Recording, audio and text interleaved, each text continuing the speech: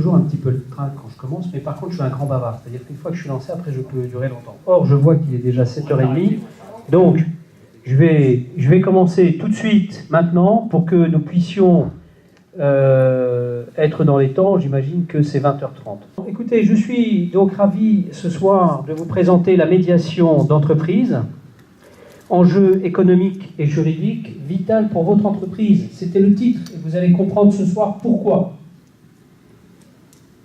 Je vais trop vite, c'est ça? Voilà.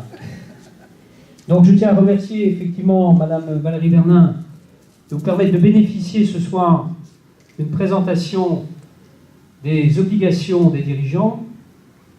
Information pertinente, pourquoi? Parce que les obligations juridiques apparaissent très souvent en contradiction avec les obligations économiques de résultat. Et ce soir, nous, on va tenter de lier, pour ne pas dire réconcilier, ces obligations. Avant, je vous propose, et surtout d'ailleurs, je vais vous présenter mes vœux de santé, parce qu'en 2013, non, de santé, de prospérité, de bonheur. Bon, vous me direz, si on a la santé, si on a la prospérité, normalement, le bonheur n'est pas loin. Hein? En effet, la santé et la prospérité, c'est ce qui rend les dirigeants audacieux. Mais les dirigeants, il faut qu'ils soient assurés par une protection. Et c'est parce que les entreprises sont en bonne santé que les dirigeants sont prospères. Bon, vous allez me dire ce soir, les vœux annuels, ce sont des formalités, ce sont effectivement, ça relève de la tradition, de la coutume. Eh bien nous, ce soir, on va se donner les moyens effectivement de faire en sorte que ces vœux de santé, de prospérité, non seulement on va tout faire ce soir pour les atteindre, mais surtout, on va les valoriser. Ça veut dire qu'à l'obligation de sécurité de résultats juridiques, la santé, et à l'obligation de résultats économiques, la prospérité. Et moi, ce soir, donc, effectivement, je vais faire en sorte de vous donner les moyens d'y arriver. Avant de vous présenter le cœur du sujet de ce soir, je vais évidemment me présenter au préalable, et je vais me présenter parce que, de fait, je vais vous donner les moyens par là même de savoir ce qu'il faut faire. Ce qu'il faut faire pour protéger votre entreprise, évidemment. Donc vous l'avez compris, je suis Adel Laguil, je suis médiateur professionnel. La médiation se professionnalise en effet. Je suis juriste de formation, droit social, droit des affaires. Je suis également président de l'association Allo Médiation Entreprise, laquelle association a vocation à promouvoir non seulement la médiation professionnelle et institutionnelle, mais également l'ensemble des activités connexes qui concourent à la résolution pacifique des différends naissant à l'occasion des relations humaines. Alors, c'est sciemment que j'emploie le terme de relations humaines, c'est par référence à ressources humaines. Vous l'avez compris, les relations collaboratives, les relations professionnelles sont autant de ressources collaboratives. Nous, dans notre association aujourd'hui, nous sommes à peu près une vingtaine de membres, des médiateurs, des avocats, des juristes, des experts, d'anciens DRH, reconvertis au coaching. Et nous avons un développement soutenu au sein de notre association à peu près de 2 à 3 membres par trimestre. Et nous ne faisons pas de publicité. Ça veut dire quoi? Ça veut dire que la demande en résolution pacifique des différends est de plus en plus croissante. Donc on a une véritable demande de résolution pacifique. Et c'est pourquoi nous mettons, nous, ce soir, notre association met à disposition des entreprises l'ensemble de ces ressources collaboratives, vous l'avez compris, c'est un réseau collaboratif que l'on met à disposition des entreprises de votre entreprise. Alors je le disais tout à l'heure, la médiation se professionnalise. La médiation se professionnalise via les universités.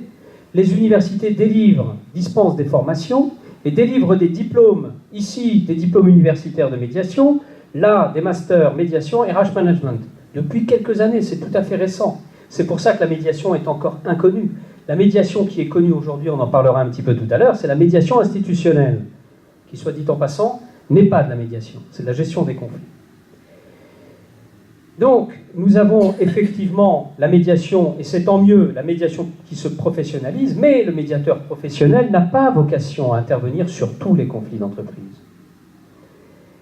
Le médiateur professionnel n'a pas à intervenir sur tous les conflits d'entreprise pour une raison très simple. C'est que s'il intervenait de façon systématique, il perdrait son efficacité. Parce que ce qui le différencie du médiateur institutionnel, c'est justement le fait que ce soit un tiers. C'est sa qualité de tiers qui le rend efficace. Donc ces interventions doivent être ciblées, si je puis dire.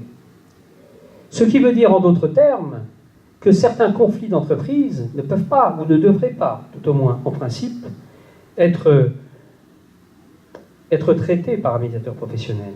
Alors, je pense à quels conflits ici? Il y a des conflits structurants dans les rapports.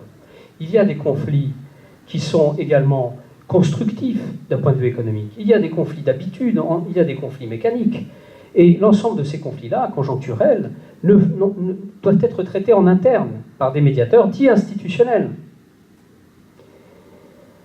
Ces médiateurs institutionnels, c'est effectivement, ça peut être le DRH, ça peut être le CHSCT, ça peut être le dirigeant, certaines situations de petites entreprises.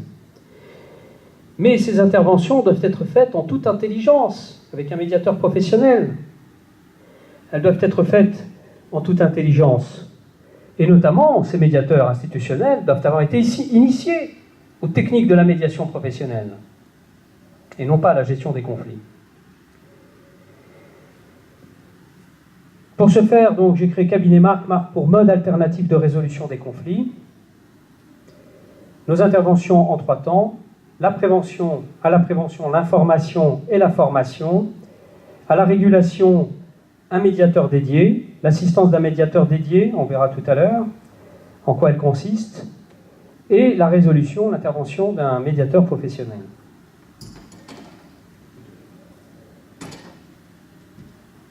Deux mots sur la formation. La formation, je disais, il était tout à fait naturel de proposer aux dirigeants d'entreprise, aux entreprises, une formation qui soit spécifique à la médiation d'entreprise. J'ai bien dit, une formation spécifique à la médiation d'entreprise.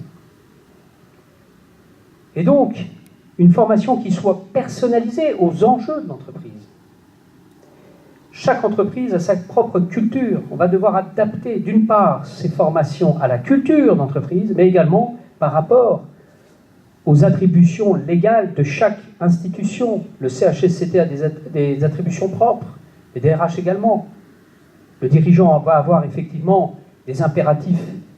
Lui, qui a la charge de la gouvernance, a une vue transversale de son entreprise. Concernant la régulation, on va mettre à disposition du dirigeant un médiateur dédié. Ce médiateur dédié, c'est une sorte de confident. C'est un partenaire clé de l'entreprise. En d'autres termes, ce médiateur n'a pas vocation à être un médiateur opérationnel sur le plan interne, pour la même raison que j'évoquais tout à l'heure en termes d'impartialité ou d'indépendance. En revanche, il va permettre au dirigeant, en étant son médiateur dédié, de pouvoir anticiper, prévenir beaucoup de conflits dont on voit, nous, sur le terrain, que des conflits qui entament presque la vie d'entreprise, encore récemment, j'ai le cas que je vous citerai tout à l'heure, sont partis, mais sur des décisions unilatérales, intempestives, avec une mauvaise évaluation des enjeux. D'où la nécessité, effectivement, de proposer aux entreprises un médiateur dédié. La résolution, c'est tout simplement l'intervention d'un médiateur professionnel qui va intervenir soit sur des différends inter-entreprises, soit sur des différends intra-entreprises. Les différends inter-entreprises font souvent plus appel à de la négociation qu'à de la médiation. Alors que, effectivement, la médiation intra-entreprise fera plutôt appel à des process spécifiques que nous verrons également. Je peux vous poser une petite question ? Je vous en prie, allez-y. Quand vous parlez de médiation inter-entreprise, les conflits qu'il peut y avoir ou les différends qu'il peut y avoir entre entreprises, la plupart du temps, ce sont des différences de compréhension de contrats ou de choses comme ça. C'est pas à mettre des gens d'accord comme on peut le faire en interne dans une entreprise, quand c'est 2 entreprises extérieures, c'est quand même beaucoup plus difficile parce qu'on va rentrer tout de suite sur un terrain juridique, enfin, souvent. Alors, à moins que vous ayez des exemples de... alors je vais répondre déjà tout de suite, mais on y reviendra aussi tout à l'heure, à la fin, sur les questions. La problématique des conflits inter-entreprises, c'est effectivement très souvent une interprétation juridique de contrat, à savoir que parfois les parties, les co-contractants pensent s'être entendus sur l'objet, et en réalité, d'aventure, ils ne se sont pas entendus sur l'exécution. Il y a pu avoir des accords sur la rédaction, et en réalité, l'exécution n'a pas été discutée. Donc voilà, là on est effectivement dans des interprétations qui peuvent être de l'ordre juridique. Tu peux faire appel à un avocat, un conseil, mais sur lequel un médiateur peut être compétent. La médiation, c'est quoi? C'est l'intervention sur tout ce qui concerne le parasitisme du conflit. C'est-à-dire qu'on est dans le conflit, très souvent il y a une dimension émotionnelle. Les personnes ne s'écoutent plus. Elles sont aux prises avec des émotions, et effectivement c'est là où va intervenir le médiateur. Il va déparasiter, pour faire en sorte de restaurer la qualité relationnelle. Après, si effectivement il y a des interprétations de surcroît juridiques sur le plan contractuel, ça dépendra de la complexité. On peut faire intervenir des avocats spécialisés, si c'est par exemple droit social, droit des affaires, etc. Voilà, donc j'en arrive, pour qu'on se comprenne bien sur la notion de médiation, je vais très rapidement, et ensuite on attaquera le cœur de notre sujet, que vous attendez avec impatience, je le lis, mais on va quand même aborder la médiation. Qu'est-ce que la médiation? Pour que vous sachiez de quoi effectivement on parle.